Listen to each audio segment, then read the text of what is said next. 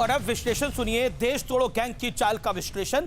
संविधान की दुहाई देकर सड़क जाम, देश तोड़ने की बात कही गई।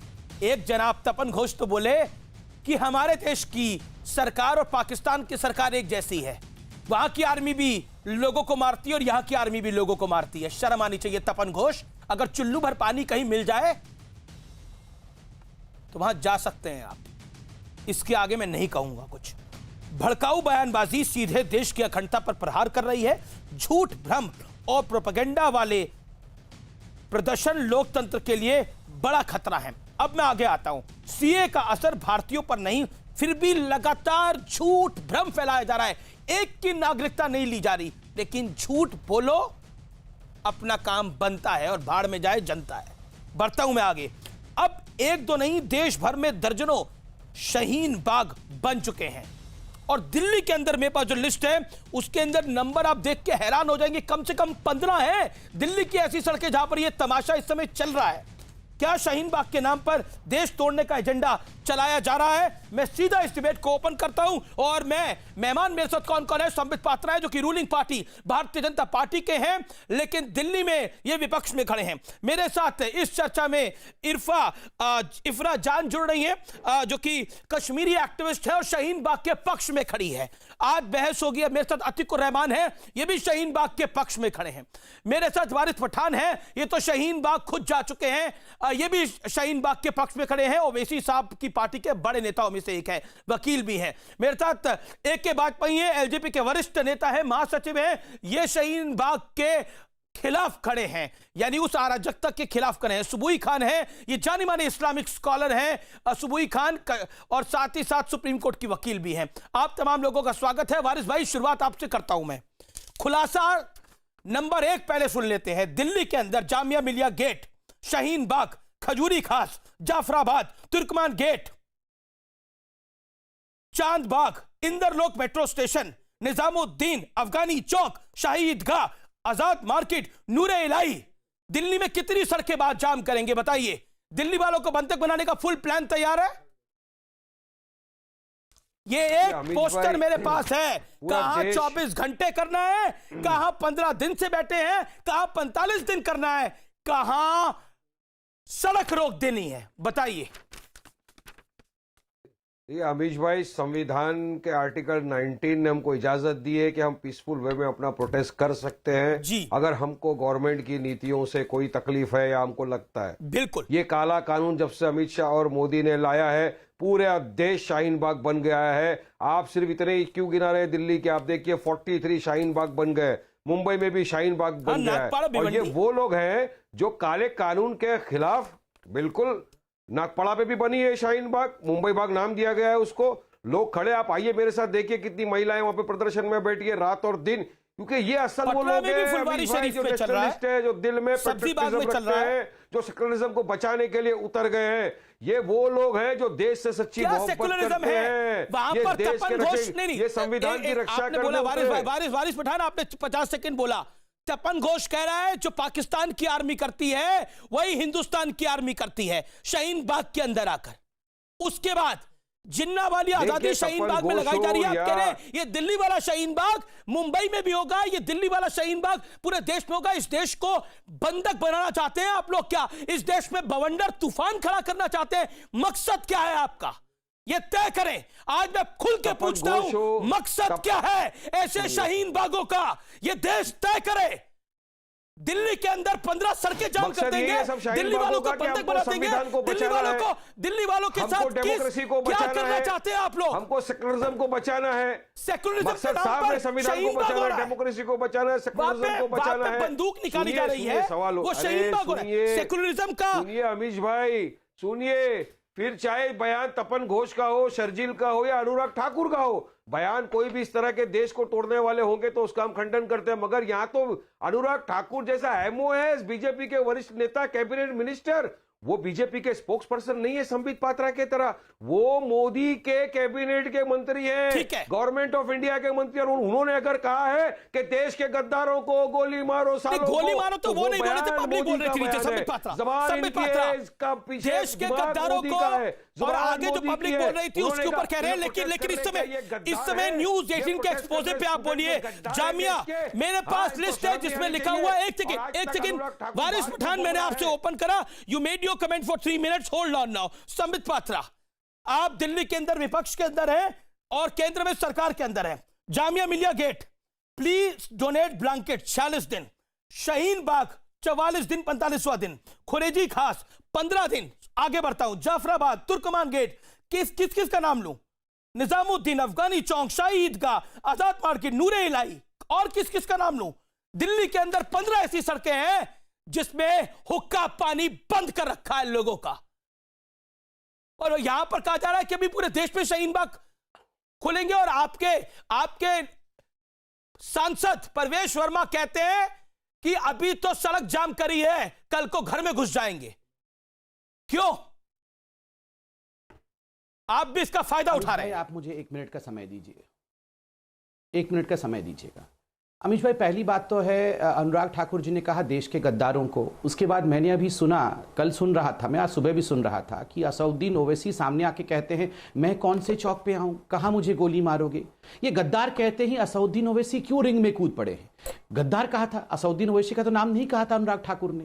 उन्होंने कहा देश के गद्दारों को, जनता ने कुछ कहा उसके बाद। तो असदुद्दीन ओवैसी को क्यों लग रहा है कि वही गद्दार है देश में, और वहीं आएंगे तो उनको गोली मारी जाएगी? क्यों? ये कांग्रेस, आम आदमी पार्टी, ओवैसी गद्दार शब्द को सुनते ही ये फड़कने धड़कने क्यों लगते हैं? क्यों इनको लगता है कि गद्दार यही है? क्योंकि कहीं ना कहीं चोर की दाढ़ी में तिनका है ना। नंबर 1। नंबर 2, देखिए आपकी बारी नहीं बोले। अमीश भाई, मैं बिल्कुल चिल्ला नहीं रहा था, शांति से सुन रहा था। मुझे लगता है ये पत्थर फेंकने वाली राजनीति बंद करनी चाहिए। अमीश भाई, मैं एक वार्निंग के साथ, जैसे हिंदी पिक्चरों में वार्निंग आती है ना, ये फिक्शस होता है, मैं एक वार्निंग के साथ शुरू कर रहा हूँ। मैं पॉलिटिकली करेक्ट नहीं रहूंगा, मुझे माफ कर दीजिएगा, मगर मैं चाहता हूं कि जनता जो खुसुर फुसुर करके बात कर रही है वो मैं बात आज टेलीविजन चैनल में रखूं। देखिए, ये सब जो शाहीन बाग हो रहा है, आज शाहीन बाग कोई ज्योग्राफिकल लोकेशन नहीं है, एक सोच बन गई है। पूरे देश में बहुत सारे मुसलमान बाहुल्य क्षेत्र में इस प्रकार से शाहीन बाग बनाने की कोशिश हो रही। आप पता है आज लोग चुपचाप क्या बात कर रहे हैं, और मैं बहुत दुख के साथ कह रहा हूं, इस पूरे पैनल में केवल सुबुही खान एक ऐसी महिला है जो मुस्लिम होते हुए भी एक ऐसी चेहरा है जो मुसलमानों की पक्ष की बात करती है। बाकी जो चेहरे हैं वो कहीं ना कहीं मुसलमानों को डैमेज कर रहे हैं। आज लोग चुपके चुपके ये बात करते हैं, गलियों में ये बात करते हैं, ये टीवी पे नहीं आ रहा है। लोग कहते हैं कि अगर ऐसे ही चलता रहा, मात्र 16% में इस प्रकार की बात हो रही है, अगर ये 50% हो जाएंगे तो हमको तो मार डालेंगे, क्या होगा हमारा? ये हकीकत नहीं है, ये इस्लाम इससे बदनाम होता है। आप लोग अगर इसी प्रकार के नारे लगाएंगे, आप इंडिया की आर्मी को पाकिस्तान की आर्मी कहेंगे। अपनी आदत को बदलो। मैं जब बोल रहा था 50 बार बीच में पटर पटर करें। नहीं, सुनिए, आप खामोशी के साथ हम सुनेंगे कि मैं पूरा कर लूं। पहले समय नहीं, आपने अमीश भाई को खामोश करूंगा, मैं पूरा कर लूं, फिर आप बोल लीजिएगा। सुन लीजिए, नहीं ऐसा सुनने के लिए नहीं बैठे। मैं रुकिए, मैं पूरा बोल लूं, उसके बाद आप बोलिएगा। बोलने के लिए मैं बोल रहा हूं। नहीं, सुन लीजिए ना, सुन लीजिए। अमीश भाई, मैं आपसे रिक्वेस्ट करूंगा, मैं कम से कम 20 सेकंड बोल तो लूं। अमीश भाई, ऐसा नहीं ठीक है। अमीश भाई, मैं पूरा अपना 20 सेकंड बोल लूं, फिर ये बोलेंगे। 20 सेकंड बोलिए, फिर 40 सेकंड मैं वारिस पठान को दूंगा, वो जवाब देना चाहते हैं। शोएब जमी भी जवाब देना चाह रहे हैं यहां से। ठीक। देखिए अमीश भाई, मैं कह रहा हूं ये इस्लाम इससे बदनाम हो रहा है। बिल्कुल इस्लाम को बदनाम नहीं होने देना चाहिए। लोग ये जो खुसुर फुसुर करके कह रहे हैं क्या हो जाएगा अगर पॉपुलेशन बढ़ जाएगी, मैं आश्वस्त करना चाहता हूं ऐसा कुछ नहीं होने देंगे, ऐसा होगा भी नहीं। मगर लोगों के मन में ये संशय तो आ रहा है ना। अगर आप बैठ के शाहीन बाग में कहोगे कि इंडिया की आर्मी पाकिस्तान की आर्मी की तरह है, कश्मीर को फ्री कर दो, तेरा मेरा रिश्ता क्या, ला इल्ला इल्लल्लाह, नरेंद्र मोदी और अमित शाह को गोली मारेंगे, वहां कोई पत्रकार जाता है तो आप इसकी पिटाई कर देते हो, आप वहां उसे घुसने नहीं देते हो जैसे कि वहां कोई 370 लगा हुआ है, आप वहां पर कहते हो, नारे लगाकर कहते हो कि देश का कातिल कौन है, आप वहां पर नारे लगाकर कहते हो कि ठीक है 20 सेकंड हो गए, संबित 20 सेकंड हो गए। अब जिन्ना वाली आजादी, हिंदुस्तान की जनता पूछे शाहीन बाग में सब कुछ सही है तो के नारे क्यों? अगर शाहीन बाग में सब कुछ सही है तो जिन्ना वाली आजादी के नारे क्यों, तपन घोष क्यों, शर्जुल क्यों? सुनिए, अनुराग ठाकुर, ये तो हीरो है शाहीन बाग के, जो देश तोड़ने की बात कर रहे हैं। तपन घोष जो भी इसी तरह के बयानबाजी करता है उसका हम कंडेम करते हैं। मगर शर्जील को तो पकड़ लिया, पर अनुराग ठाकुर आज भी खुली हवाओं में घूम रहे। उनके खिलाफ 506 पार्ट 2 का केस दर्ज होना चाहिए, थ्रेट का और इंसाइटिंग द वायलेंस का केस दर्ज होना चाहिए, क्योंकि उन्होंने देश के नागरिक को गद्दार का, जो पीसफुल प्रोटेस्ट कर रहे हैं उनको गद्दार का। तो गोली किसको मारेंगे? अरे जो संविधान की रक्षा करने वाले को गोली मारेंगे, मारो मुझे, मैं आ जाता हूँ गेट ऑफ इंडिया पे। अनुराग ठाकुर, अमित शाह, मोदी साहब आ जाइए और वारिस पठान खड़ा हुआ है गेट ऑफ इंडिया पे, मुझे गोली मार दीजिए ना, लेकिन मैं तो संविधान की रक्षा करूंगा। कोई किसी को गोली नहीं मार रहा सर, कोई किसी को गोली नहीं मार रहा। 40 दिन से डेली सुबह 4 लाख लोग, शाम को 4 लाख लोग तकलीफ में है, किसी को कोई गोली मार रहा है क्या? एक सेकंड देखिए, वारिस भाई आपने भी गलत बात बोली, आपने भी गलत बात बोली। कोई किसी को गोली नहीं मार रहा, कोई किसी को गोली नहीं मार रहा। अनुराग ठाकुर पर चुनाव आयोग ने कार्रवाई करी है। मैं आपसे पूछ रहा हूं, 4 लाख लोग सुबह, 4 लाख लोग शाम को दिक्कत सहते हैं। अब मुझे नहीं पता क्या नंबर है जो लोग अफगानी चौक पे दिक्कत सहते हैं, मुझे नहीं पता कौन लोग, कितने लोग हैं जो खुरेजी में दिक्कत सहते हैं, ईस्ट दिल्ली में जो लोग रहते होंगे वो दिक्कत सहते होंगे, मुझे नहीं पता लखनऊ में कितने लोग दिक्कत सहते होंगे, मुझे नहीं पता मुंबई में कितने लोग दिक्कत सहते होंगे। कहां गोली चली कहीं पर? कोई 40 दिन से बैठा है, कोई 50 दिन से बैठा है, कहीं गोली चली क्या? कहीं गोली चली? उल्टा बंदूकें तो शाहीन बाग पहुंच गई। वारिस पठान तो केस हो गया ना। अरे सुनिए यार अमीश भाई, आप बीच में रोकने वाली बात आदत खत्म कर दीजिए, अच्छी बात नहीं है, अच्छी बात नहीं है। ये अनुराग ठाकुर ने किसको बोला? जो लोग संविधान को बचाने के लिए दिल्ली की सड़कों पर बैठे थे, उनको बोला ना। जो डेमोक्रेसी को बचाने के लिए बोले थे उनको बोला। आप संबित पात्रा जी उसको खंडन करते या नहीं करते? डिबेट में ये खंडन करते। अरे आने वाली जिंदगी भर परेशान होने से बेहतर है परेशानी बर्दाश्त करो, वरना अगर ये एनपीआर एनआरसी लागू हो गया तो पूरा देश परेशान हो जाएगा। संबित पात्रा आप भी परेशान हो जाएंगे, वारिस पठान भी परेशान हो जाएगा, और एक गरीब इंसान जाना पड़ेगा। और अतिकुल रहमान भी इंतजार कर रहे हैं अपनी टर्न का। काला कानून वापस लो। क्या काला कानून लाने से देश की आर्थिक स्थिति में सुधार आ जाएगा? ठीक है, 20 सेकंड में रिएक्ट करिए। वारिस हुआ बोला आपने, वारिस बोला हो जाएगा, नहीं होगा तो फिर वारिस बोला आपने। 50,000 करोड़ रुपया मेरा 20 सेकंड ऑडियो अपने आप डाउन हो जाएगा। 20 सेकंड में बोलिए। क्यों तुमको? Okay Waris, you made your point now. देखिए इनके मन में कोई संशय है तो आज मैं न्यूज 18 देश के सबसे बड़े चैनल और अमीश देवगन के इस डिबेट में क्लियर कर देता हूं। आप कितना भी चिल्लाइए, कश्मीर को तोड़ने की कोशिश करिए, अमित शाह जी ने कहा है जहां तक सीएए का सवाल है, 1 इंच भी हम पीछे नहीं हटेंगे। अब आप कुछ भी करिए, आप पाकिस्तान की आर्मी के साथ हमें कंपेयर करिए, आप देश की तोड़ने की, आसाम को तोड़ 1 इंच नहीं हटेंगे। आप मत हटो देखते हैं कौन नहीं हटता है। देखते हैं बाबर में दम है या शिवाजी में दम है, देखेंगे ना।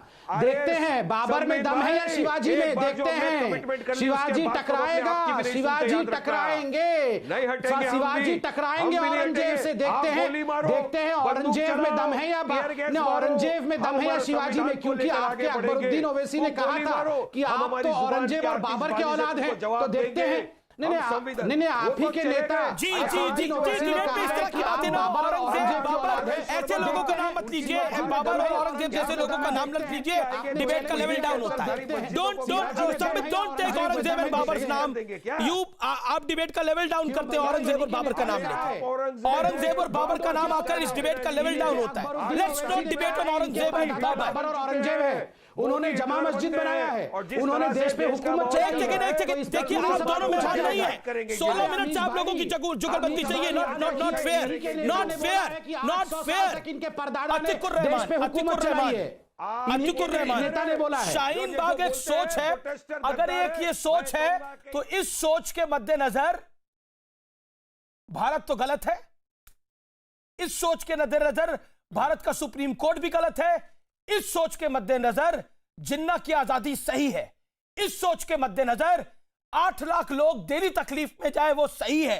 इस सोच के मद्देनजर तूफान खड़ा करना सही है। इस सोच के मद्देनजर अस्पताल जाते हुए मरीज दम तोड़ जाए वो सही है। ये कैसी सोच है जिसमें इंसानियत है ही नहीं।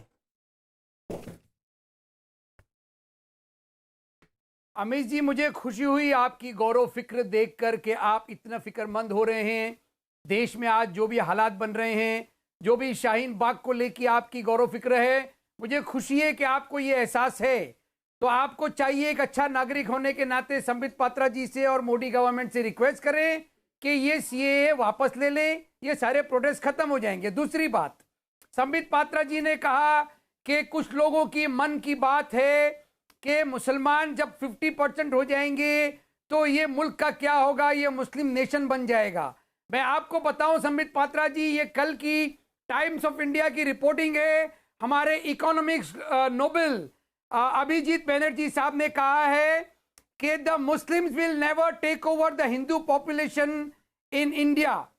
The population of this is the thought of the fringe element in the the demographies of India will not change.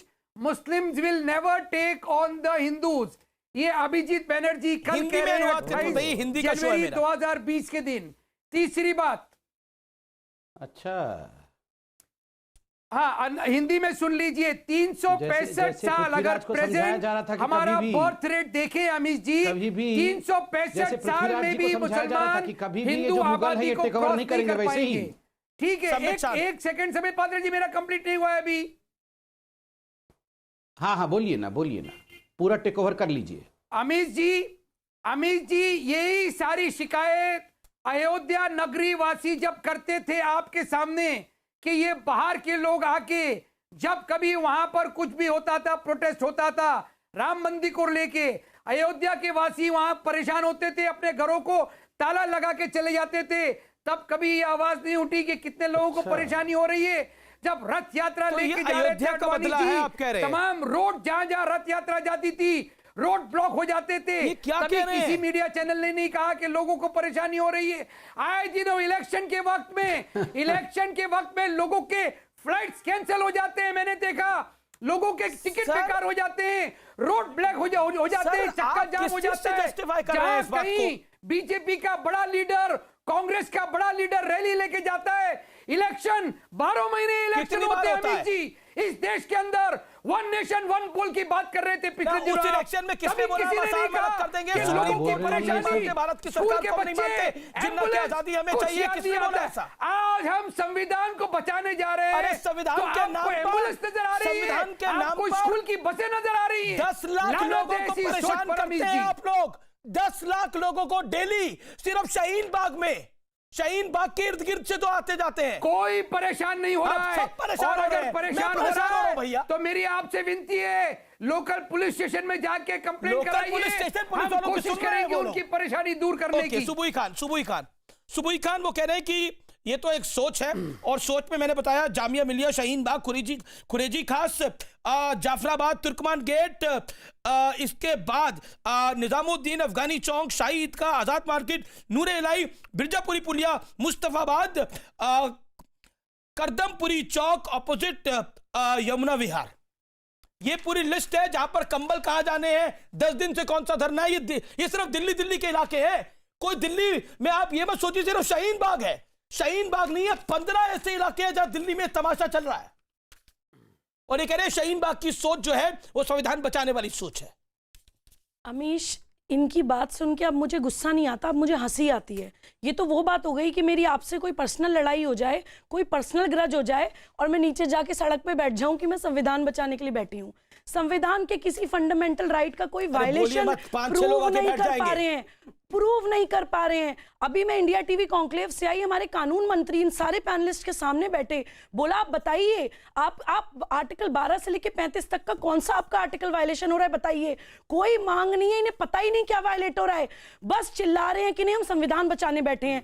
बचाइएगा बाद में, पहले पढ़ लीजिए जाके, पहली चीज। दूसरा, कुछ वकील यहाँ पे बैठे हैं, रट के आ जाते हैं अपने भाइयों से पूछ के, आर्टिकल 19 का वायलेशन हो रहा है, आर्टिकल 19 हमें पीसफुल प्रोटेस्ट का राइट देता है।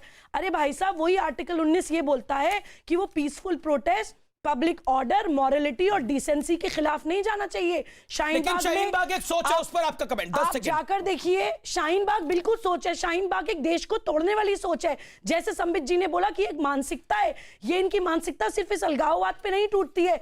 असम को देश से अलग कर लेंगे बोल रहे हैं, एक आफरीन फातिमा बोल रही है कि मैं डेमोक्रेसी के तीनों पिलर लेजिस्लेटिव, एग्जीक्यूटिव, जुडिशरी किसी को नहीं मानती हूं। एक एएमयू के छात्र संघ के पूर्व अध्यक्ष बोल रहे हैं कि हम ऐसी कौम है कि हम तबाह कर करने पे आ गई तो हम देश बर्बाद कर देते हैं?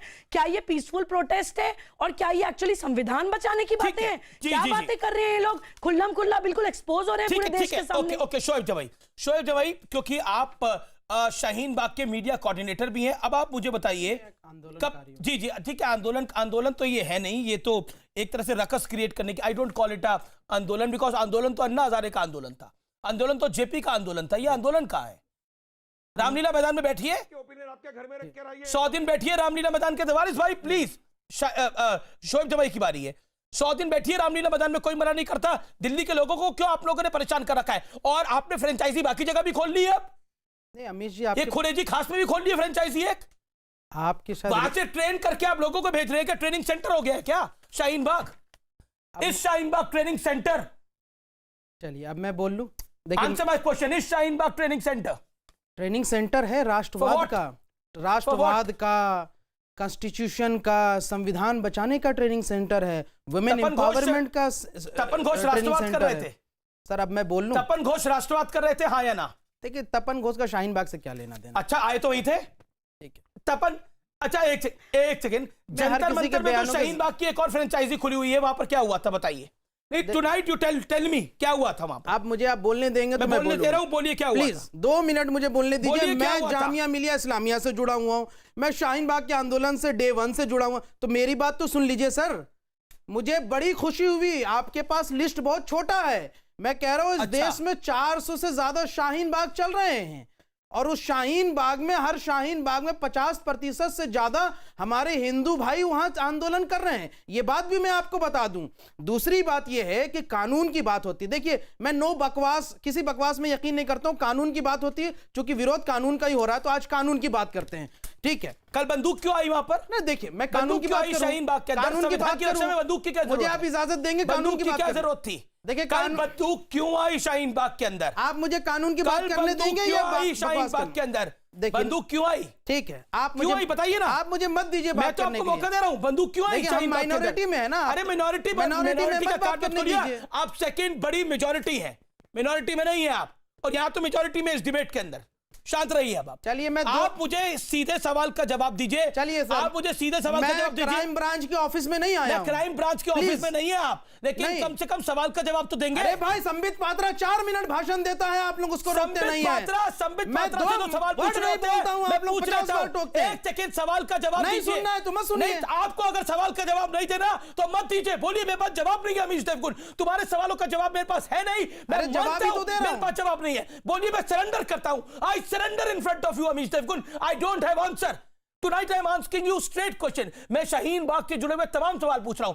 No one on screen, only Shoaib जवाई। ये शाहीन बाग में एक दिन से पहले दिन से जुड़े हुए हैं, सवाल का जवाब दीजिए। कल बंदूक तमंचे वहां क्यों आए, क्यों लहराए गए, बताइए। ये सरकार से पूछना चाहिए, पुलिस से पूछना चाहिए। आंदोलन किसका है?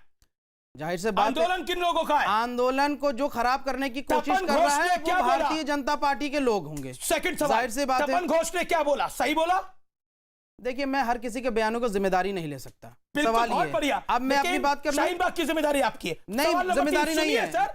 मैं सिर्फ एक अदना सा सिपाही हूं। फ्रेंचाइजी किस किस को बेची है आपने शाहीन बाग की? किस किस को बेची है शाहीन बाग की फ्रेंचाइजी? आने वाले 4 हफ्तों में पूरे देश में शाहीन बाग होगा, और इस बात की मुझे बहुत खुशी होगी कि महिलाएं जो है अपना जो है वो पावर दिखाएंगी। महिलाएं पावर दिखाएंगी। रिपीट, क्या बोला आपने? बोल दिया मैंने, क्या बोला? देश ने सुन लिया, क्या बोला? अब आप सुन लीजिए। क्या बोला? क्या बोला? क्या बोला? आने वाले वक्त में पूरे देश में महिलाएं अपने ताकत के साथ और अपने दम पर आंदोलन चलाएगी। जो ये इल्जाम लगाते थे कि मुसलमानों की महिलाएं नहीं निकलती थी, ठीक है ना, महिलाएं जरूर इस कानून के में शाहीन बाग होगा, यानी पूरे देश का चक्का जाम किया गया है, करा जाएगा। Sambit Patra, now this is another exposé on this debate. पूरे देश का चक्का जाम किया जाएगा, पूरे देश में शाहीन बाग होगा। ये शाहीन बाग के जो शाहीन बाग की मैनेजमेंट लोग कर रहे हैं वो ये कह रहे हैं। अब मैं फ्लोर को ओपन कर देता हूं, एक ही बात पे पूरे देश में शाहीन बाग बनाने की तैयारी है। ये सिर्फ दिल्ली, खुरेजी खास, जाफराबाद तक सीमित नहीं है, एक ही बात पे बताइए। इसीलिए पूरे देश में शाहीन बाग करेंगे। देखिए समझिए, इसीलिए हम इस बात को बार बार कह रहे हैं कि ये एक बहुत बड़ी साजिश है। ये सिर्फ तो काला आपकी सरकार एक क्या कर सेकंड, रही है? सिर्फ हम पकड़ सरकार रहे हैं, आप लोगों की है हम ना? पकड़ते जा रहे हैं पीएफआई को 120 करोड़ रुपए मिले, ये अरविंद हमने केजरीवाल पकड़ा। कह रहा है, ईडी ने केस रजिस्टर अरविंद किया, केजरीवाल कह रहा ये है कि हमने मैं शाहीन बाग के साथ खड़ा हूं, मनीष सिसोदिया कह रहे हैं मैं शाहीन बाग के साथ खड़ा हूं, लेकिन खाली करा है केंद्र की सरकार। क्यों नहीं खाली कराते आप लोग? खाली कैसे? हमने अन्ना आंदोलन की तरह लाठियां इन पे लोगों पे नहीं चलानी है। मोदी अरे जी भाई, का ये अन्ना एजेंडा आंदोलन नहीं को होता तो है। RSS ने फंड देखिए किया था। आप सुनिए, RSS सोएब ने आप फंड सुनिए, किया था अन्ना काला आंदोलन को। कानून की आप बात अन्ना करते हजारे, हैं, अभी काला कुछ कानून वक्त तो पहले खोटा आए भी थे था, रामलीला में, तब आपने कितना 50 आंदोलन कर आदमी लिए? नहीं था। जवाब दीजिए मुझे। 50 आदमी नहीं था। काला अन्ना कानून आंदोलन कैसे बिना है RSS के ये फंडिंग के बताइए हो नहीं कैसे सकता। काला कानून है? बता दूं। अभी आप कानून अच्छा, से ठीक बता है, रहे थे। बिल्कुल बता देता देखिए हूं। ये एक बड़ी साजिश का हिस्सा है। मैं आपको बार-बार कह रहा हूं। आपने क्या बोला? अन्ना हजारे आंदोलन, एक सेकंड, आपने क्या बोला? अन्ना हजारे आंदोलन आरएसएस की फंडिंग के जी, साथ हुआ था। बिल्कुल। ठीक है, आपकी बात को ऊपर रखता हूं। यह आंदोलन किसकी फंडिंग से हो रहा है? ये आंदोलन के लिए कोई फंडिंग नहीं नहीं तो है। आंदोलन के लिए फंडिंग आप ही ने बोला कि फंडिंग से होता है आंदोलन। ये आंदोलन किसकी फंडिंग से है बताइए? ये तो महिलाओं की अपनी मेहनत है। पीएफआई आईएसआई किसकी फंडिंग से है? 120 करोड़ रुपया। नहीं, एक के बात पे नहीं आएंगे आप। किसकी फंडिंग से है आंदोलन? देखिए अमीश किसकी जी, फंडिंग से है ये आंदोलन? आपने अमीश बोला जी। अन्ना का आंदोलन आरएसएस की फंडिंग से था। आप शाहीन महिलाओं का बाग अपमान जैसे मत कीजिए। 15 आंदोलन दिल्ली में किसकी फंडिंग से है? महिलाओं का- बिरयानी कौन लेके आ रहा है उधर? शाही टुकड़े कौन लेके आ रहा है उधर? फिरनी खीर कौन लेके आ रहा है? ये रिपोर्ट है सर। अरे दिस इज सर, तो रिपोर्ट। आप भी ये बिरयानी रिपोर्ट खाने आ रिपोर्ट। जाइए। No, no, I don't eat it. अच्छा, आपको I don't biryani- eat it. आपको I don't biryani eat it. नहीं एक मिला सेकंड, तो एक गुस्सा हो सेकंड। जाएंगे। आपको ना आपको बिरयानी नहीं मिला तो आप गुस्सा हो आपको जाएंगे। मिली है क्या? नहीं ना, देखिए आपको मिली है बिरयानी? आप बिरयानी इसलिए खाने आप खुश आइए। हैं? सुबह खान रिस्पॉन्ड इनको सुबह सब खान मालूम है एक क्योंकि ये second. Now this is the fund point. है। It is the fund historic है। debate. It is the historic debate कि शाहीन बाग पूरे देश में कराया जाएगा। अन्ना हजारे आंदोलन आरएसएस के पैसों से हुआ था। यह आंदोलन किसके पैसों से हो रहा है? जिसको पाकिस्तान में फुल पेज पे कवरेज मिल रही है, और जिस आंदोलन की फ्रेंचाइजी कई जगह खुल गई है। इस आंदोलन की फ्रेंचाइजी कई जगह खुल गई है। Sambit Patra respond to this now, then Waris Pathan and then Ifra Jaan. Amish जी जरा 50 सेकंड ठंडे दिमाग से सब लोग सुनिए एक बात। चंद दिनों पहले हमने फैजुल हसन को सुना है। फैजुल जो है वो अलीगढ़ मुस्लिम यूनिवर्सिटी का पूर्व छात्र संघ का अध्यक्ष है। अभी 4 दिन पहले हमने सरजिल इमाम को भी सुना है। देखिए ये 4 लोग दिन पढ़े पहले लिखे हमने लोग अनुराग हैं। ये ठाकुर जो को भी बोल रहे सुना, हैं सर। आप इसको हल्के में मत लीजिए। 2 दिन पहले परवेश वर्मा को मैं भी प्लीज सुना। बोल लूं अमीश भाई, मैं इनको सुन रहा था। ये यहाँ पे मैं रिक्वेस्ट कहा कर रहा हूँ, हमको ये बोलने ही देखिए नहीं दे रहे शाहीन थे, बाग सर। नहीं है, ये देखिए, न्यूज 18 का डिबेट मैं कह रहा हूं है। कि यहाँ आप अनुराग शाहीन बाग की कैसे तरफ बोले बिहेव जो मत करिए कहा, प्लीज। उसके यहाँ बारे देखिए में प्लीज, क्या कहेंगे? यहाँ दीपक चौरसिया को मारते हैं, यहाँ तो कम से कम बोलने दीजिए ना। परवेश वर्मा ने क्यों बोला कि मैं पहले जवाब दूंगा सड़क ना, जाम चिल्ला करी चोट है, करके तो फिर नहीं घरों होगा में ना। घुसेंगे? ये क्यों बोला? मैं सबका जवाब दूंगा। जवाब दीजिए, मैं जवाब उसका भी देंगे जवाब संबित दूंगा। पात्रा। मैं उसका भी जवाब दूंगा। पहले मैं इनके सवालों का जवाब दूंगा, फिर इसका जवाब दूंगा। मैं शांति से सुन लीजिए। देखिए, जब फैजुल हो चाहे सरजिल हो, आप इनके बयानों को हल्के में मत लीजिए अमीश भाई। बहुत सोच समझकर जो इनके अंदर का प्लान है, इन्होंने आके प्लान को आगे रखा है।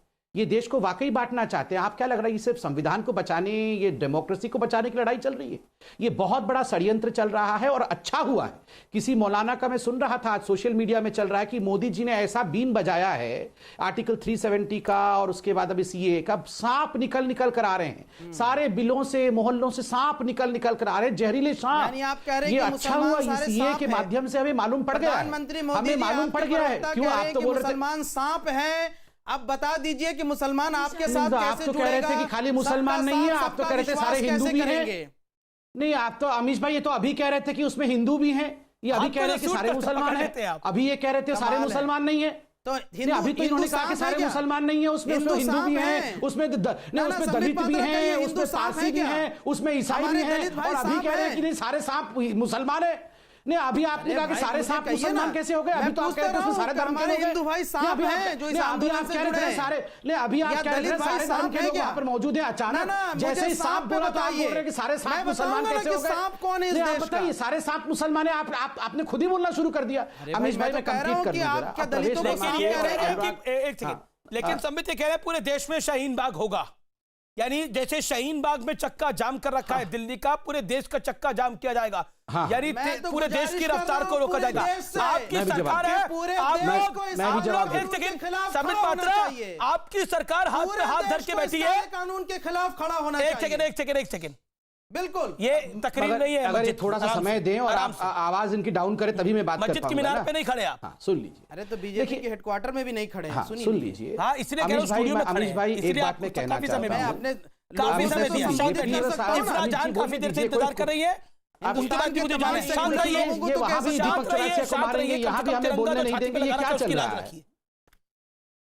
तिरंगा तो हमारे दिल में है सर। एक देखिए सेकंड। अमीश भाई, जहां तक आपका ये प्रश्न है कि सरकार को हटाना चाहिए, बिल्कुल मैं मानता हूं सरकार को हटाना चाहिए। इसलिए सरकार की पुलिस गई थी बात करने के लिए, इन्होंने मना कर दिया। लेफ्टिनेंट गवर्नर ने 4 घंटे की एक बैठक रखी थी, इनके सब ऑर्गेनाइजर्स आए थे।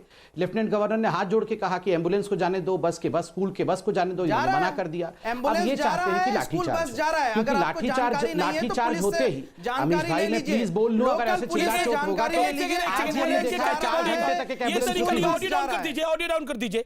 समित 20 सेकंड नहीं, में ये 20 तरीका सेकंड ऑडियो में डाउन अपनी बात करिए। को कंप्लीट करिए। Take your point, then Waris Pathan and Ifra Jaan after. देखिए मैं आपको खुल के बताता हूं ये क्या चाहते हैं। ये चाहते हैं इनके ऊपर वाटर कैननिंग हो, ये चाहते हो लाठीचार्ज हो, क्योंकि जैसे ही वाटर कैनन और लाठीचार्ज महिलाओं के ऊपर, छोटे बच्चों को आगे करेंगे, फिर पूरा यूनाइटेड नेशन से अमेरिका अरे में, अमित यूरोप शाह ने में मना हर कर जगह दिया, जाके काला बोलेंगे, कार, ये देखो कानून हिटलर ने वापस नहीं कैसे होने वाला। मुसलमानों को मार दिया। रविशंकर प्रसाद ने खुद एक नहीं, ये कानून तो वापस हो ही नहीं सकता है, चाहे ये यहाँ पे पूरा जिंदगी बैठे रहे। आप पूरी जिंदगी बैठो ना, जाके रजाई ओढ़ के बैठो पूरी जिंदगी, किसने मना किया है? ये आप कान खोल के सुन लो, एक इंच भी वापस नहीं होगा, ये सीएए वापस नहीं होगा। अब मुझे बोलने दिया जाए। देखो अमीश भाई, मैं आपके, जहां तक परवेश वर्मा जी ने कहा ना घर में घुस के मारना है, मैं उसका जवाब दे रहा हूं। अमीश भाई वो दृश्य याद करो, गुजरात के अंदर बनासकांठा में सीलमपुर के अंदर निहत्थे पुलिस वाले आप मर्यादित नहीं रहते शोएब जमाई, खाकी वर्दी में, संबित आपका हुआ खाकी वर्दी में खाकी नहीं हुआ नहीं है। अभी प्रवेश वर्मा का मैं एक्सप्लेनेशन दे रहा हूं, सुन लीजिए। खाकी वर्दी में जब पुलिस वालों का माथा तोड़ सकते हो, खाकी वर्दी में आप लोगों को मार सकते हो, तो ये हमारे घर में घुस के क्या कर सकते हैं? सोचिए जरा। ये हमारे घर में वाले ही ऐसे जहर उगलते हैं। असल सांप तो वही है कैसे जो जहर उगलते हैं रोजाना देश में। चड्डी दिख रही है, रोजाना देश में जो जहर उगलते हैं, क्यों देख रहे हैं? वही खाकी चड्डी वाले हैं जो कहते हैं गोली मारेंगे, देखिए जो मुझे कहते हैं आतंकवादी हैं। जब दो महिलाएं एक पैनल में बैठी हों, खाकी का तो नाम इस लिया, प्रकार मैंने चड्डी पूरा कर की दिया। बात करना इन्हीं को नहीं, बस आप ही बात कर सकते हैं, आप ही बात कर सकते हैं। तो कम से कम हम चड्डी तो पहनते हैं भैया, आप तो उससे भी गए गुजरे हो। बकरी वाले बैठ जाओ अब शांति पहने से। है ना पक्का। बैठो बकरी वाले, बकरियों को तक छोड़ते नहीं हो, फिर यहाँ चड्डी चुड्डी कर रहे हैं। एक सेकंड बैठ जाओ। नहीं, बिहेव योरसेल्फ।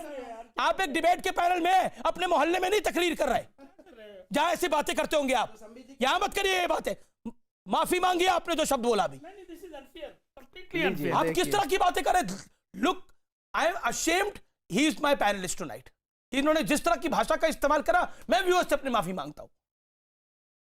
आपने एक महिला के बगल में बैठ के आपने कितनी खराब शब्दों का इस्तेमाल किया। नहीं, कमाल है, ये सारे लोग सांप कहते हैं, कुछ भी कहते हैं, लेकिन मर्यादित होना चाहिए। पता नहीं क्या क्या अल्फाज इस्तेमाल करते हैं, क्या अल्फाज इस्तेमाल करते हैं। आप इनको कंडेम नहीं करते।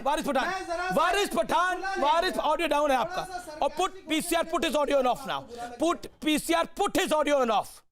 और जब तक मैं नहीं बोलूंगा ऑडियो नहीं खुलेगा।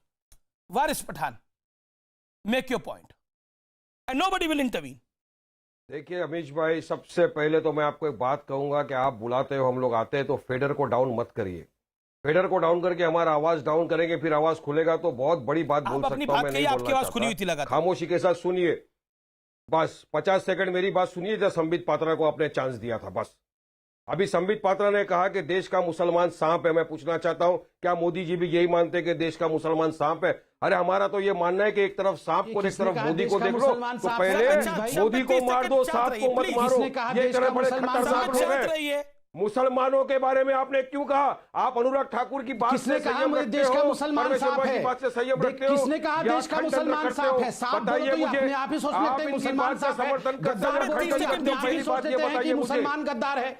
देखिए एक मौलाना ने, एक मौलाना का वीडियो चल रहा है, उसने कहा मोदी जी ने ऐसा बीन बजाया है कि देश जमीन पर सांप बैठ रहा था। बताइए ये सारे You are a नहीं, ये सही बात नहीं है संबित भाई। Let him make his point for 40 seconds, then you make your point now. Allow him 30-40 seconds, then you come. मैं तो सवाल कर रहा हूँ संबित पात्रा से। बोलिए, 30 सेकंड आपके ठाकुर ने जो कहा कि देश के गद्दारों को गोली मारो, सालों को, क्या वो सही था या उनको बुक करना चाहिए 506 for threats and inciting violence? जो परवेश वर्मा ने कहा कि मुझे हमको जिता दो, दिल्ली में 1 महीने में हम जितनी भी मस्जिद है सबको गिरा देंगे। सरकारी मैं जमीन बोलता हूं अगर असल बाप की औलाद है परवेश वर्मा, आ और क्या हमारी एक भाषा भी है सर? मस्जिद ये को हाथ क्या लगा के भाषा दिखा दे, है? मान जाएंगे तेरे ये क्या को। भाषा असल बताओ बाप की औलाद बताओ है? भाषा ये जैसी क्या यूज भाषा है? करेंगे, जवाब ये क्या उसी भाषा भाषा है? में देंगे अमीश देवगन। जिस भाषा में सवाल किया जाएगा अब जवाब उसी भाषा में दिया जाएगा। किसने बात बोला बराबरी असल की होगी। बाप? तुम्हें 1 इंच पीछे नहीं हटोगे, हम 5 इंच पीछे नहीं हटेंगे। पूरा देश शाहीन बाग बनेगा। ये वो देश प्रेमी है। तुम आपने गोली मारोगे, 10,000 तैयार हो जाएंगे। असल बाप की औलाद है, गलत बोला आपने परवेश वर्मा के लिए। जाएंगे, पहले खंडन करो इनकी बात को। ये असल देश नो प्रेमी है you Amit Devgan, you said जो रॉन्ग रास्ते पे थिंग। खड़े हो गए, अगर बड़े असल बड़े बाप मुझे- की औलाद है परवेश मुझे इस पे वर्मा, आना यू है। Said wrong thing. मुझे इस पे आना No, पड़ेगा। नहीं, मुझे आपत्ति है और मुझे इस पे अपना वक्तव्य देना है। संबित पात्रा, मुझे शांत आपत्ति बैठिए। है, मुझे इस शोएब पे भाई, अपनी आपत्ति दर्ज जब तक करने मैं नहीं दिया बोलूंगा, जाए। नहीं बोलेंगे आप। मुझे बोलिए आपत्ति संबित। है, मुझे आपत्ति है, मुझे बोलने दिया जाए। देखिए ये क्या है, ये असल बाप की औलाद। आपने प्रवेश वर्मा के लिए असल बाप की औलाद की क्या होता है? वो साहेब सिंह वर्मा के बेटे हैं, आदरणीय साहेब सिंह वर्मा के बेटे हैं। ये असल बाप की औलाद क्या होता है? आपके अकबरुद्दीन ओवैसी कहते हैं कि ये मेरे दादा, मेरे परदादा बाबर। सुन लो, हम लोगों के बाप, पिता, दादा शिवाजी थे। शिवाजी मत ललकारो शिवाजी के बच्चों को। अगर शिवाजी के बच्चे जग जाएंगे ना तो बाबर के औलादों का वो हाल करेंगे। जो लोग देश को तोड़ना चाहते हैं, जो कश्मीर को अलग करना चाहते हैं, जो आसाम को अलग करना चाहते हैं, उन लोगों का वो हाल करेंगे कि वो आंख उठाकर देश को तोड़ने की बात नहीं सोच पाएंगे। बाबर की औलादों को नहीं, बिल्कुल एक सेकंड, शोएब भाई। बाबर की औलादों को मैं वार्निंग दे रहा हूं। शिवाजी के बच्चों को मत भड़काओ। शिवाजी के बच्चे जगेंगे तो जो लोग आसाम को अलग करना चाहते हैं, जो कश्मीर को तोड़ना चाहते हैं ना, होने नहीं देंगे। इसलिए खबरदार, खबरदार, ये बाप का टेस्ट करना बंद करो। इफ्राजान जी। इफ्राजान 40 सेकंड आपके पास है। आप पहली बारी आ रही है डिबेट के अंदर, बोलिए अपनी बात को प्लीज। देखिए जी, कि देखिए मैं आपको एक बात बताना चाहती हूँ। अगर पुलिस चाहे ना अमीश जी, मंदिर के सामने से कोई चप्पल नहीं चुरा सकता। और सड़क बंद करना तो दूर की बात, और सड़क जो पुलिस है दिल्ली की, वो किसके अंडर आती है? अमित शाह के अंडर आती है। तो बीजेपी इनको क्यों नहीं हटा रही है? बीजेपी इसलिए नहीं हटा रही है क्योंकि अगर ये लोग हट गए फिर ये लोग किस पे मुद्दा लड़ेंगे? इन्होंने देश की अर्थव्यवस्था के टुकड़े टुकड़े कर दिए, रोजगार के टुकड़े टुकड़े कर तो दिए। देश के अब टुकड़े ये टुकड़े लोगों को करने की जाके बात हो रही है। बोल रहे हैं। अरे शाहीन, एक सेकंड, अरे देश की अर्थव्यवस्था के तो हो गए ना, देश के रोजगार के तो हो गए ना, बीजेपी ने कर लिए। अब ये सबको जाके बोल, 40 सेकंड दीजिए, 40 सेकंड नहीं हुए मेरे 40 सेकंड नहीं हुए। अब ये देश के पास जाते हैं और बोलते हैं बाबर की औलाद, शिवाजी की औलाद, ये पाकिस्तानी, ये मुसलमान, ये आस्तीन का सांप। दिल्ली के लोगों को समझ लेना चाहिए कि उनको किसको वोट करना है। इन लोगों को जो आस्तीन शिवाजी मुसलमान करते रहेंगे, या रोजगार नहीं, किसके लिए वोट मांग रही है? आप कह रही है बीजेपी को वोट नहीं करना चाहिए। इफ्राजान, किसको वोट करना चाहिए बताइए, ये भी बताइए। पॉलिटिकल एजेंडा है आपका? उनके लिए तो किसको वोट करना चाहिए? मेरा कोई पॉलिटिकल एजेंडा नहीं है, लेकिन इस देश को एजेंडा है मेरा। इस देश को बचाने का एजेंडा है मेरा। इस देश को बचाने का एजेंडा है मेरा। परवेश वर्मा मेरे साथ इस समय मौजूद है। सुबुई खान, आपको मैं 20 सेकंड दे रहा हूं। परवेश वर्मा, मैं आपके पास आ रहा हूं। सुबुई खान, मैं आपको 20 सेकंड दे रहा हूं रिस्पॉन्ड करने के लिए इफ्राजान को। जो हमें सब भारतवासियों को पता चलना था वो हमने आज सुन लिया। पूरे देश में शाहीन बाग होगा का मतलब सिर्फ ये नहीं है कि सिर्फ चक्का जाम होगा। पूरे देश में शाहीन बाग का मतलब ये होगा कि हम संविधान की धज्जियां उड़ाएंगे पूरे देश में, हम सड़कें जाम करेंगे, हम कानून को अपने हाथ में लेंगे, हम डेमोक्रेसी की धज्जियां उड़ाएंगे। Newsmaker of the day Parvesh Verma live with me. Parvesh Verma, आपने एक बयान दिया जिसमें कहा कि अभी तो सिर्फ सड़क जाम करी है और उसके बाद इलेक्शन कमीशन का नोटिस भी आ गया। क्या आपको लगता है कि आप ज्यादा बोल गए थे?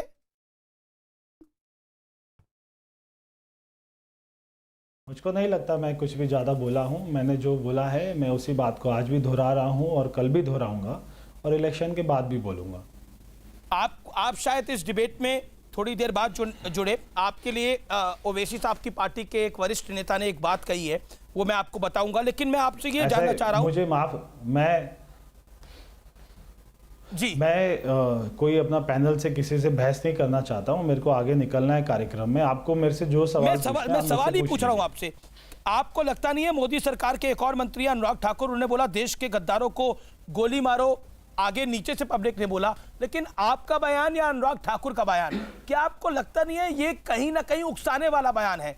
ठीक है, शाहीन बाग का विरोध कर सकते हैं, आम आदमी पार्टी और कांग्रेस उसके साथ खड़ी हो सकती है, लेकिन ये उकसाने वाला बयान है, इससे बचना चाहिए था आपको। You crossed line and so as Anurag Thakur also.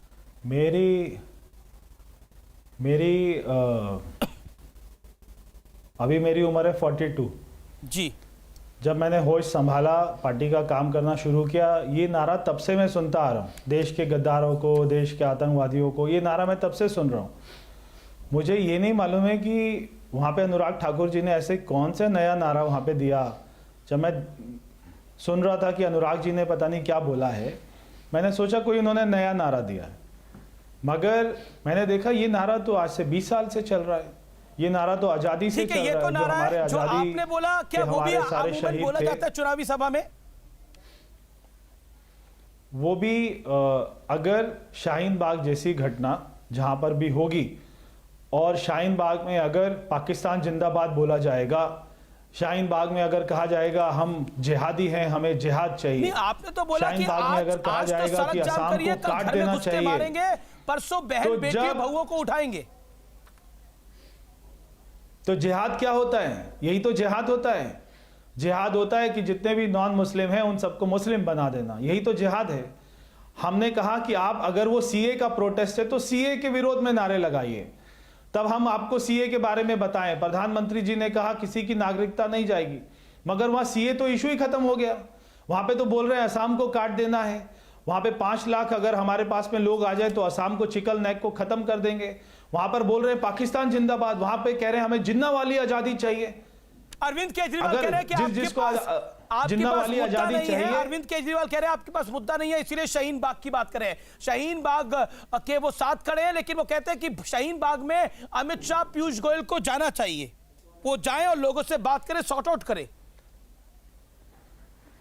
जब दिल्ली के मुख्यमंत्री केवल दिल्ली के मस्जिद के इमामों को 18,000 रुपए की सैलरी देते हैं, उनके सहायक को 16,000 की सैलरी देते हैं, उनको मंदिर का पुजारी नहीं दिखाई देता, उनको गुरुद्वारे का ग्रंथी नहीं दिखाई देता, क्या ये उनको एक केवल समाज दिखाई देता है, क्या वो वोट बैंक की राजनीति नहीं कर रहे? अगर दिल्ली का मुख्यमंत्री केवल विकास की बात करे, वो क्यों बोलता है मैं शाहीन बाग के साथ खड़ा हूं, वो क्यों बोलता है मैं जेएनयू के साथ खड़ा हूं, वो क्यों नहीं केवल अपने विकास की बात करता है? वो कहते हैं मैं तो विकास की बात कर रहा हूं, आपके चैनल पर आए, वो तो कह रहे हैं कि मैं तो विकास की बात कर रहा हूं, लेकिन ये परवेश वर्मा तो शाहीन बाग की बात कर रहे हैं, ये गद्दारों की बात कर रहे हैं, मैं तो बिजली पानी की बात कर रहा हूं। दिल्ली के मुख्यमंत्री को मैं चुनौती देता हूं, इस पूरे चुनाव को एक दिन में खत्म करते हैं। आपके चैनल पर वो आए, 2 घंटा 3 घंटा बोले, मैं 2 घंटा 3 घंटा बोलता हूं, दिल्ली की जनता वो डिबेट को सुन ले और दिल्ली की जनता का जो मन में आए वो फैसला करे। नहीं, वो तो दिल्ली की जनता 8 को फैसला करेगी, लेकिन आपके एक कैंडिडेट है, उन्होंने उसको भारत पाकिस्तान का मैच बना दिया। केजरीवाल जी का नहीं, मैं आपके कैंडिडेट की बात कर रहा हूं, कपिल मिश्रा की। वो अपने नार्को टेस्ट में खुद ही ये कहेंगे, उनका नार्को टेस्ट कि हाँ, मैंने दिल्ली के लिए कुछ नहीं किया।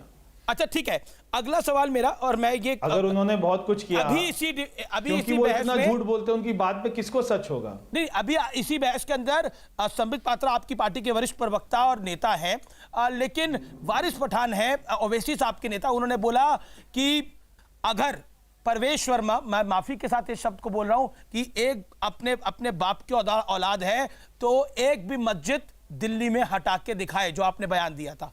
क्या कहना चाहते हैं इस पर? Your first reaction on this? 11 तारीख को भारतीय जनता पार्टी की सरकार बनेगी। 11 तारीख को भारतीय जनता पार्टी की सरकार बनेगी। दिल्ली सरकार की जमीनों पर जितनी भी कोई भी अवैध धार्मिक स्थल हैं, चाहे वो मस्जिद हो, चाहे वो कब्र हो, चाहे वो मजार हो, चाहे वो मंदिर हो, चाहे वो गुरुद्वारा हो, किसी भी सरकारी जमीन पर अगर कोई भी धार्मिक स्थल होगा उसको हटाया जाएगा। ठीक है, ओके ओके, चलिए बहुत बहुत शुक्रिया परवेश वर्मा, आप हमारे जुड़े। मेरी सरकार बना दीजिए, मेरी सरकार बना दीजिए, 11 तारीख को मेरी सरकार बनेगी। सब आ गया। मैं आपको विश्वास दिला रहा हूं। जनता से मेरा निवेदन है, सुनिए, परवेश वर्मा ने कहा दिल्ली सरकार जब इनकी बनेगी तो ये मस्जिद, मंदिर, गुरुद्वारा सब गिरा देंगे पूरे दिल्ली के अंदर। सुन लीजिए दिल्ली की जनता, ये परवेश वर्मा ने कहा इंसान के खिलाफ केस होना चाहिए। आप वो कह रहे हैं 1 साल से बोल रहा हूं। चलिए मैं एक ब्रेक लेता हूं और सरकारी जमीन की बात करें। अगर सरकारी जमीन पर कुछ गैर कानूनी बना हुआ है तो कह रहे वो गिर जाना चाहिए, ये उनका चुनावी एजेंडा है और वहां पर क्या बनना चाहिए ये संबित पात्रा आगे बताएंगे। परवेश वर्मा, शुक्रिया आपका हमारे साथ जुड़ने के लिए। आर पार मैं सीधा रुख करता हूं एक के बाद पे आपका, और बहुत साफ गोई से मैं पूछता हूं। परवेश वर्मा ने अभी थोड़ी देर पहले बोला, लेकिन परवेश वर्मा के लिए जिन शब्दों का इस्तेमाल वारिस पठान ने करा वो भी आपने सुना, क्या कहना चाहते हैं? देखिए, वैसे मैं परवेश वर्मा को डिफेंड करने नहीं आया हूं, लेकिन एक बात मैं एज ए इंडिविजुअल आपको बता दूं कि जैसे इन लोगों की CAA पे, NPR पे और NRC पे अप्रेंशन है कि ये मुस्लिम के खिलाफ है, इसी तरह अनुराग कौन जो ये परवेश वर्मा ये अप्रेंशन है कि ये लोगों का आंदोलन जो बढ़ता जा रहा है कहीं ऐसा ना हो ये कश्मीर की तरह हद तक पहुंच जाए और इस तरह से घर में घुस के बातें हों। इसका जवाब इनके पास नहीं है। और इन्होंने अभी कहा, इन्होंने आज भी कहा कि पूरे देश को हम शाहीन बाग बनाएंगे। ये कहां तक सही है? 10 सेकंड। अगर भारतीय जनता पार्टी के प्रवक्ता और LJP के प्रवक्ता परवेश वर्मा, अनुराग ठाकुर और इन तमाम नेताओं के सेंटेंसेस को और जहरीले अल्फाज को जस्टिफाई करते हैं, तो क्या ये शर्जील इमाम ये तमाम लोगों को जस्टिफाई कर रहे हैं? जस्टिफाई कर रहे हैं करने की बात, जस्टिफाई वरना जस्टिफाई करने शुरू कर देंगे। सुबुई खान करने की बात गलत है तो देश में सांप्रदायिक जहर फैलाना भी गलत है। ऐसे लोगों को डिफेंड मत कीजिए प्लीज। ये है अनुराग ठाकुर को डिफेंड मत कीजिए। ये है शाहीन बाग का बड़ा एक्सपोज़ है। सुनिए, परवेश वर्मा को डिफेंड मत कीजिए। 10 सेकंड शांत। सुबुई खान 10 सेकंड शांत। ऑर्डर करिए सुबुई को बोलिए। अमीश, सीधी बात है, देश को लेके ये लोग इमोशनल नहीं होते, देश को लेके इनके अंदर स्वामित्व की फीलिंग है, समर्पण की फीलिंग नहीं है। इनको तकलीफ नहीं होती देश के टुकड़े करने की बात। शुक्रिया, टाइम इतना ही है फिलहाल, इतना ही आर पार के अंदर, लेकिन मैं डेली निष्कर्ष देता हूं।